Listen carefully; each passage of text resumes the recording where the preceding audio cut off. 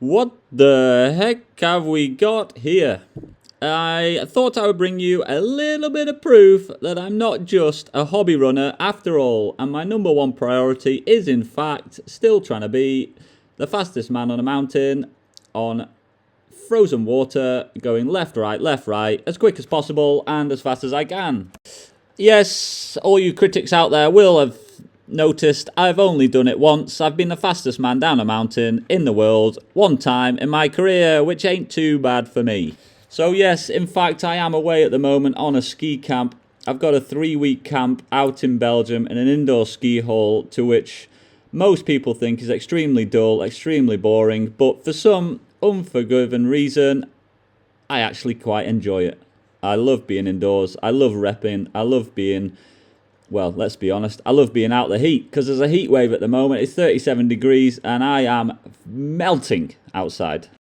So yeah, the first camp of the year is always done indoor these days, and that's for one particular reason, is I can just rep on a surface that I know is going to be there every single day.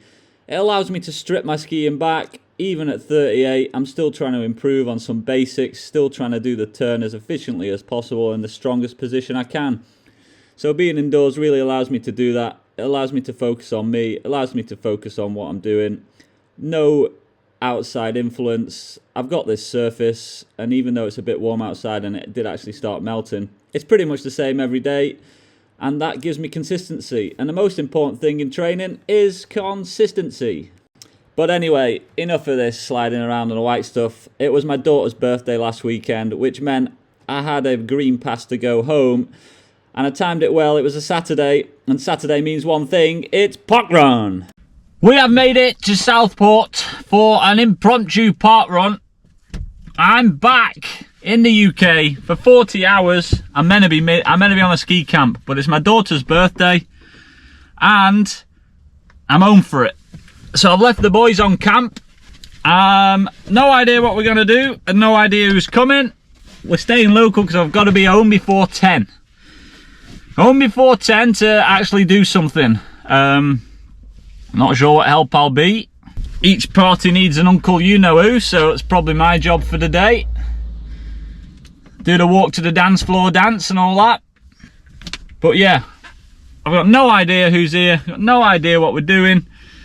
I'll see how my legs are, and yeah. Now this is Francois. He is the official local legend at Southport, and he loves the banter. I'm 72.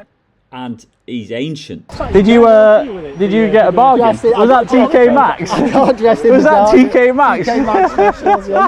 You forgot to put the ones together. I'll be nearly 40. You're doing really well, but that's quite... That's old, yeah. You can say it. In your particular... At your age, you can say it. No, in all due respect, Francois is a spring chicken at 57. He runs for England, and I have never beaten him at Southport Parkrun or any parkrun. A few stats on Francois. He has done 105 parkruns at Southport, and he has won 87 of them, or should I say first across the line, because it's not a race, 87 times. I was hoping for a countdown. And after a bit of moaning, there was no countdown, the whistle went and we were off, and it turned out all the local legends were out today. They must have felt it in the air, they must have known I was coming. The man and his dog is back as well, and he set off like a rocket out the gates, and even Francois can't go with that. Even Francois's wheels are struggling to keep up. And on Francois's left shoulder's Tom, he's back for another effort. And I'm settling into fourth, running faster than I will do for the rest of the parkrun, that's for sure. But like I said at the start, I'm not sure how these legs are going to feel. I've had a big week on the ice with some other conditioning training, so I really am... yeah, not feeling the most confident, and definitely thinking I need to pace the start of it to give myself any chance to feel okay at the end. So nothing special going on as another runner on my left comes trotting past before we take the right hand hairpin bend into the pond. So yeah, my plan for today was to settle into my running and feel it out really. I didn't want to blow my gasket on the first K like I so often do around here. And it also turned out Francois and the boys were feeling the same thing. Francois was certainly not going out as hard as I've seen him before. He obviously had a pacing strategy in mind, and it was playing in perfectly for me. We were trotting around, and it was about 3:30 pace. It's hard to judge around these bends, but yeah, 3:30 pace was my goal, and I was able to keep up with the pensioners. So let's get this pond loop done. Let's get the show on the road and reassess as we exit the pond on the other side.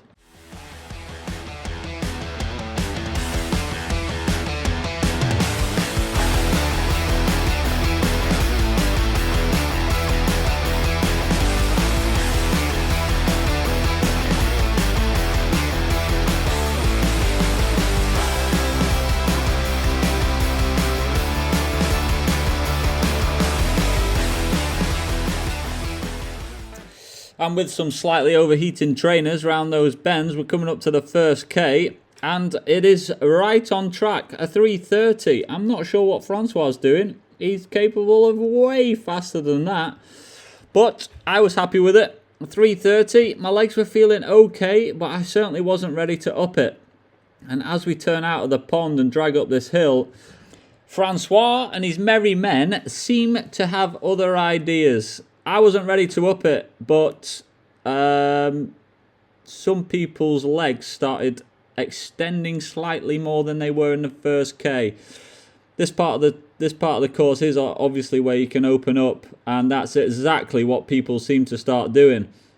That distance is getting bigger, and I started to drop like a stone, like my body weight. Here comes another runner. I think that's Dave Taylor. There's a Dave on every street. Everyone knows a Dave. Well, there's two here in the top 6. And this was a reality check I did not want at 6:10 on a Saturday morning. It dawned on me, Francois, I'll see you after. Tom, you're not out of the woods yet, because I still have a little bit of hope that your legs might fall off. But that hope was also dissing itself into the distance as well. And I started to believe in karma because of all that grief I gave to Tight Pants Tim.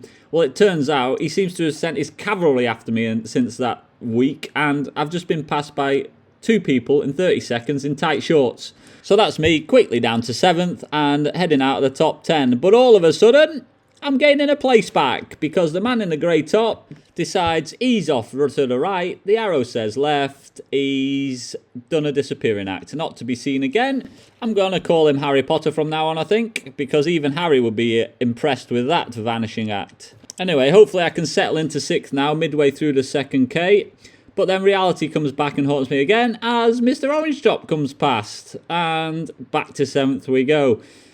With that in mind, I think that's enough. I've had enough now. I'm sitting on you. I am not letting you go. I'm not sliding out this top 10. That would be embarrassing. I've gone from a win last week and I'm sitting in 7th. So knuckle in, Dave, and get a grip. As my daughter would say, get a grip. So the 2K's about to come and Alex comes past. So now we slide back to 8th. These local legends are out to just torment me today. Put me back in the tank. They saw I won on the road. They thought, we know you're not that good, Dave. We know you've gone away from here. We know you're just trying to look good on the blooming internet. They were taking it in turns to make me feel bad, try and rattle me, but I wasn't having any of it, Alex. A little incline, I thought, I'm going to dust you. I'm going to put in a dig. I'm going to get back onto Orange Top. Back past Alex we go. And the stallion is starting to feel like he had a point to prove as well. But then I heard footsteps on my left, and I'm not going to lie, I tried to squeeze over to my left. Come on, Dave, you're not that big. And James decided it was his turn to shine on the internet. And he came past me, so back to 8th we go. As we approach the pond, now that's also someone in tight pants. So 3 tight pants ahead of me. I wasn't happy. I was starting to think, I need to get a grip of this tight pants. I need to start putting in some effort. And I was feeling okay. So it was time to get a grip. And halfway through, legs feeling okay after the training week, I had to get after it. Now's the time to knuckle in. Now's the time to start thinking about getting this time as close or under 17:30 as we can.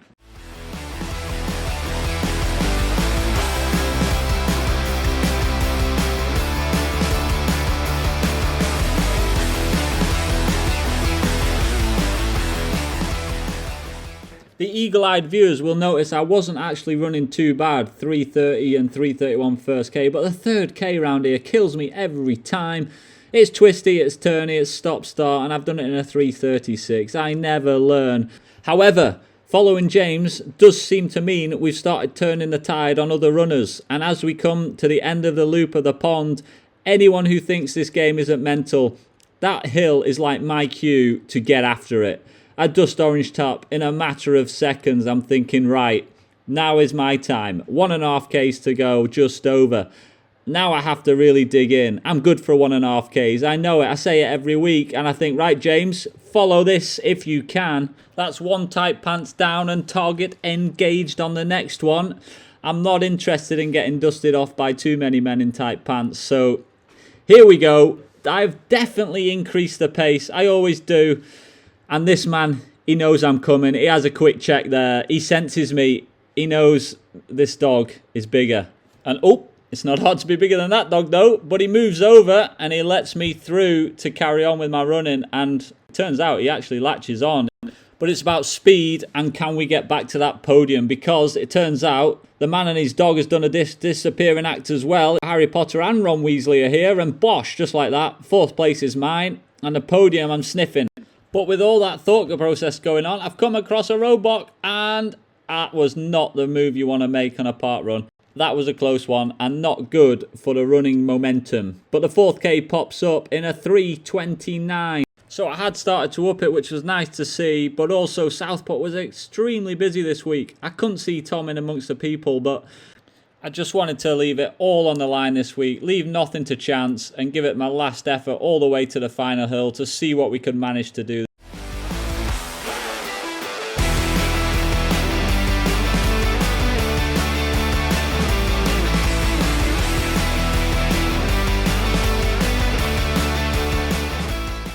And as we hit the hill, in the top of the screen, you can just see Tom. We'd closed the gap. It was the perfect carrot for this last dig. He was a little bit too far ahead to worry about getting that podium, but I gave it my all. I wanted to finish strong, crest the top, keep the legs going down the other side. It was a good day at the office. It's been a big week. Great way to finish it, putting out a max effort. We get to the line, stop the watch and see that it was a 3:20. We gave it a hell of a shot. Maybe left a bit here and there, but all in all, top day. Push yourself in the heat. You were used to the cold, didn't you? Easy. Had a bit of banter with a marshal. Obviously didn't overdo myself. And the times came in. It was a 7:26. Equalled my second best time of the summer. My best one round Southport. Yep, we just missed out on a podium. Tom, I'll be after you next time. Francois, you're a legend. James, you better get chopping. Back in the car. Looking like a right mess.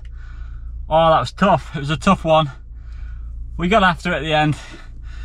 That 3rd K around that pond, it gets me every week. I never learn. It's a nasty 3rd K. Stop coming in, ripping around the bends.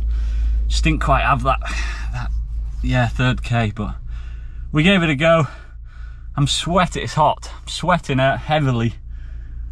Now back for Nina's party. So that's it for this week. Thanks for tuning in. Appreciate everything. Give us a like, give us a subscribe. Yeah, a bit of skiing in this one. So thanks again for viewing and all those that subscribed. I'm unsure. I don't think I'll be on next week because it's going to be mid-camp and I will be in Belgium. There's a couple of park runs about 45 minutes away, but I might have to miss next week. But here's a spot of skiing to finish the vlog. Those who stuck around, enjoy and see you next time.